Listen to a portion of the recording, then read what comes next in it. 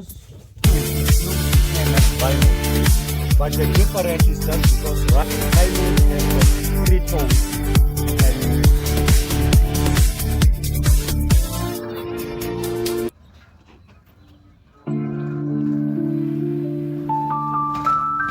one passive. Just stop.